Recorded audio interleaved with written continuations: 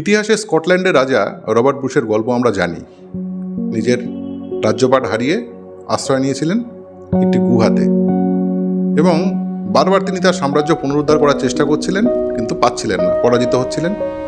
এবং ওই গুহাতে তিনি একদিন দেখেন যে একটি মাকড়সা একটি জায়গা থেকে আর একটু উঁচু জায়গাতে তার স্পাইডার নেটটাকে নিয়ে যাওয়ার চেষ্টা করছে, কিন্তু পাচ্ছে না, পড়ে যাচ্ছে।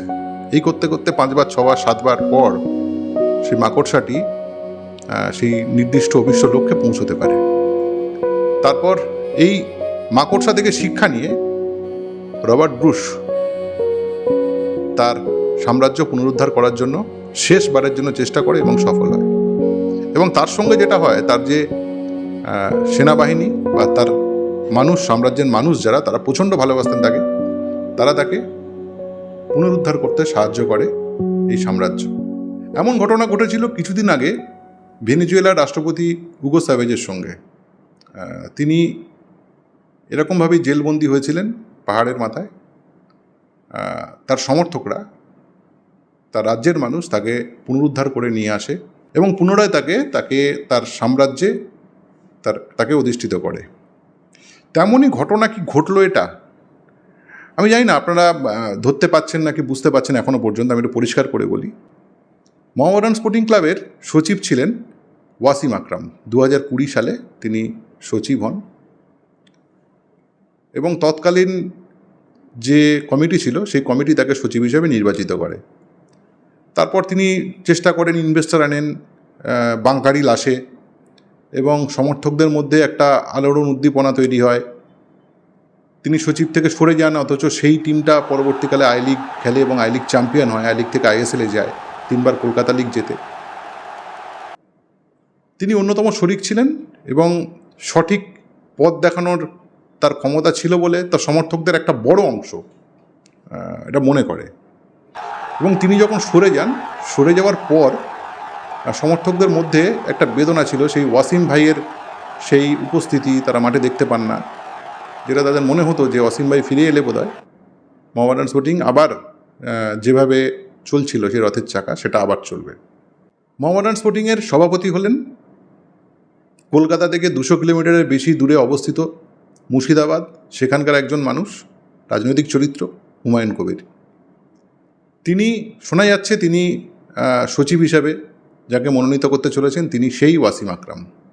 তাহলে কিছু রবার্ট ব্রুশের গল্পের মতোই ওয়াসিম আকরাম 6 বছর ধরে অপেক্ষা করলেন এবং মোহামেডান স্পোর্টিংয়ের সেই সচিবের পদ, একেবারে গুরুত্বপূর্ণ সচিবের পদ, যেখানে বসলে অন্তত কাজটা করা যায়, তার জন্যই অপেক্ষা করছিলেন।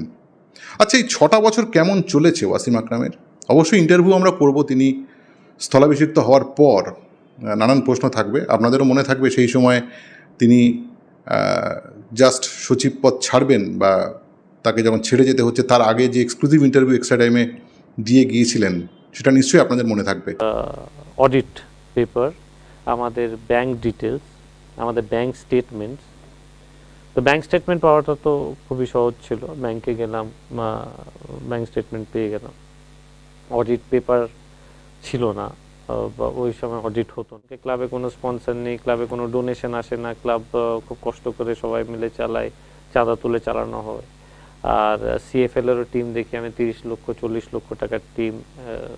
আই লিগেও খেলা হয় তার থেকে খেপের বিদেশি কম বাজেটের টিম করা হয়। কত কোটি টাকা ঢুকেছিল ইন ডোনেশন, ইন স্পন্সরশিপ, মানে আমাদের বলা যাবে। আমি ফিগারটা এখন বলবো না, তবে পাবলিক ডোমেনে আমি দিতে রাজি আছি অবভিয়াসলি, কেন আমি তো লুজ স্টক করার মতো ছেলে না। আমার কাছে পেপার আছে বলে আমি বলছি, আমার কাছে তথ্য আছে বলে আমি বলছি, প্রুফ আছে বলেই বলছি। তো কত কোটি টাকা ঢুকেছিল। আর 2010-এর তখন আমি যখন গুগলে গিয়ে উইকিপিডিয়ায় গিয়ে পারফরমেন্স দেখলাম, আমরা আই লিগ কোয়ালিফাই করিনি, সিএফএলও কোনো মহামারী পারফরমেন্স না, আমাদের 5th বা 6th এসেছিল। এফআইআর করুক না, একটা কমিটি মেম্বার সব জায়গায় বলে বেড়াচ্ছে আমার এগেইনস্টে এফআইআর করবে, সিনিয়র মেম্বার করুক, আমি চ্যালেঞ্জ করছি, ওপেন করুক, তারপরে আমি কি করতে পারি আমি দেখিয়ে দেবো। সেই ওয়াসিম আকরাম কি অনেকটাই বদলে গেছে? তখন তার বয়স ছিল 32, এখন 38। কালের নিয়মে অভিজ্ঞতাও নিশ্চয়ই অনেকটা হয়েছে। আচ্ছা, যেভাবে তাকে সরে যেতে হয়েছিল সেটা কি তার শান্তির ছিল? এবং এইভাবে কি কোনো কিছু মেনে নেওয়া যায়? এবং মেনে নিতে পারেননি বলেই বোধহয় আজকের দিনটার বা আগামী 15 তারিখ তিনি যে পদে আসবেন, সচিব পদে আসবেন, তার জন্যই বোধহয় অপেক্ষা করেছিলেন। এবং গোটা ঘটনাটি ঘটালেন কারা? গোটা ঘটনাটি ঘটালেন, ছোট করে গল্পটা বলে দিই, গোটা ঘটনাটি ঘটালেন কিন্তু মোহামেডান স্পোর্টিংয়ের সমর্থকরা। এবং নেপথ্যে ছিলেন মোহামেডান স্পোর্টিংয়ের সর্বক্ষণের কর্মী, হোল টাইমার বেলাল আহমেদ খান এবং সমর্থকরা। তারাই ফোন করলেন, তারাই ফোন করে ওয়াসিম আকরামের সঙ্গে বসানোর চেষ্টা করলেন বেলাল আহমেদ খানকে। প্রথমে 3 জনের নাম তো এসেছিল। 3 জনের নাম কি কি সভাপতি হিসাবে? এক হচ্ছে দীপক কুমার সিং, যাদেরকে চিঠি পাঠানো হয়, নওসাদ সিদ্দিকী, আইএসএফের সর্বময় কর্তা, এবং হুমায়ুন কবির। শোনা যায় যে নওসাদ সিদ্দিকী তিনি বলেছিলেন যে আমি টাকা পয়সা তুলে দিতে পারবো না, কিন্তু চাঁদা পয়সা তুলে দিতে পারবো, কিন্তু এতটা পারবো না, কিন্তু আমি তো এতটা সময় দিতে পারবো না, আমি রাজনীতিটা আমার কাছে মেন ব্যাপার। এক, দীপক কুমার সিংকে ফোনই পাওয়া যাচ্ছিল না। সমর্থকরাই উদ্যোগ নেয়, ক্লাব থেকে তো চিঠি দেওয়া হয়েছিল, সমর্থকরা উদ্যোগ নয়, তাহলে এই 3টে অপশানের মধ্যে কী করা যাবে? দীপক কুমার সিংয়ের ফোনে পাওয়া যাচ্ছিল না, নওসাদ সিদ্দিকী এতটা রিস্ক নিতে চায়নি, কিন্তু হুমায়ুন কবির পুরো রিস্ক নিতে চান। হুমায়ুন কবির বলেন টাকা পয়সার সমস্ত আয়োজন আমি করব, কলকাতা থেকে ক্লাবটা তোমরা চালাও, আমি প্রয়োজনে থাকবো সঙ্গে। তখন দরকার পড়লো একজন করিত কর্মা কাউর। এই সমর্থকদের মধ্যেই আলোচনা হয়, তাদের হোয়াটসঅ্যাপ গ্রুপ আছে, ফেসবুকের পেজ আছে, নিজেদের মধ্যে ফোনে কথাবার্তা বলে ওয়াসিম আকরামের সঙ্গে যোগাযোগ করে। ওয়াসিম আকরাম তখন বলে, শোনা যাচ্ছে যেটা এখনও পর্যন্ত, যে অতীতের কমিটি থাকলে তাই তিনি কাজ করবেন না বা কাজ করতে অসুবিধা হবে, কারণ অতীত অভিজ্ঞতা তার ভালো নয়। এই কথাটি শোনা যাচ্ছিল এবং হুমায়ুন কবির হয়তো সেটাতেই শিলমোহর দিতে চলেছেন। অতীতের যে কমিটি আছে সেই কমিটি থেকে হয়তো কয়েকজনকে বেছে নিয়ে তিনি গোটা ঘটনাটি ভবিষ্যতের পথ সুরাহা করবেন বলে কীভাবে কী করা যায় সেই জিনিসটা দেখবেন। প্রচুর দেনার মধ্যে কিন্তু রয়েছে মোহামেডান, সেই দেনা মেটানো, তারপর তো ভালো খেলার জন্য দল তৈরি করা, ব্যান সামনে ব্যান রয়েছে 31শে অগস্ট পর্যন্ত, সেই ব্যানের পথটাকে পুরো অতিক্রম করা, ঠিকঠাক পেমেন্ট সম্পন্ন করা, তারপর এএফসি লাইসেন্সিং ক্রাইটেরিয়া আছে, সবগুলো করা। গোটা বিষয়টি কিন্তু মোহামেডান স্পোর্টিং খুব খারাপ জায়গা ছিল। আচ্ছা, আমির উদ্দিন ববি, মোহাম্মদ কামার উদ্দিন, তারা কি সত্যি খুব খারাপ ছিল? এই প্রশ্ন তো আসবে, তাদের কি সত্যি চলে যাওয়া উচিত ছিল? তাদের কি সত্যি ওয়াইপ আউট করে দেওয়া উচিত ছিল? কথাটা কোথায় জানেন? কথাটা আমাকে যদি জিজ্ঞেস করেন, এটা কথাটা হচ্ছে তাদের হয়তো স্বাদ ছিল, সাধ্য ছিল না। সাধ্য মানে আইএসএল খেলার জন্য যে অর্থ নিয়ে আসা, তার সাধ্য তাদের ছিল না। টাকাটা কিন্তু 2 কোটি 4 কোটি নয়, টাকাটা কিন্তু 30 কোটি 40 কোটি, ফলে এটা অনেক। সেই জায়গাতে, সেই সাধ্যের জায়গাতে কিন্তু তারা পাচ্ছিলেন না। মোহামেডান স্পোর্টিং সেই কারণে খুব খারাপ জায়গায় চলে গেছিলো, ওই অর্থনৈতিক জায়গার আমি পাচ্ছি না এই দায়টা স্বীকার করেই কিন্তু আগের কমিটি প্রেসিডেন্ট কিন্তু সরে গেছেন। আমি পাচ্ছি না, তোমরা করো, সমস্যা নেই। এই জায়গাটা নতুন কমিটিকে কিন্তু আসতে সাহায্য করেছে।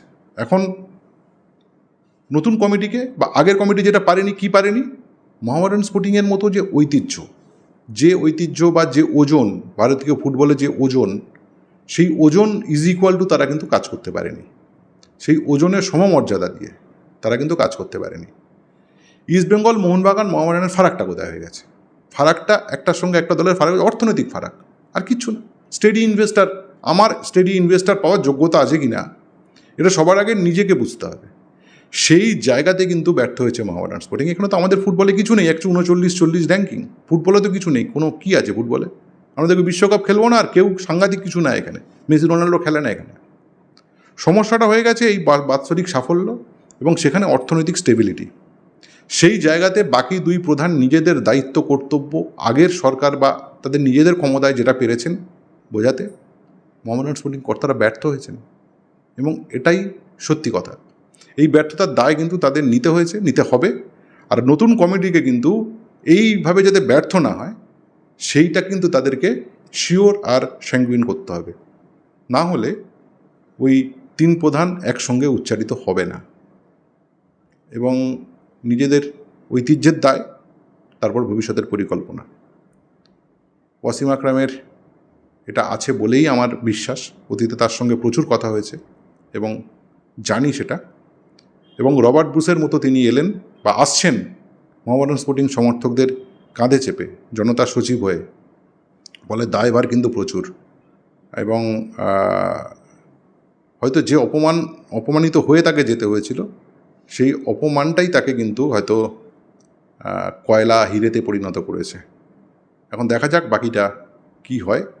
জনতার সচিব, জনতার মর্যাদা দিন, এই মোটামুটি গল্প। এই গল্পের নেপথ্যে আরও অনেক কিছু রয়েছে, সেটা একটু একটু করে আমরা জানাবো আপনাদের। নমস্কার বন্ধুরা, ভালো থাকবেন, সঙ্গে থাকবেন। extra time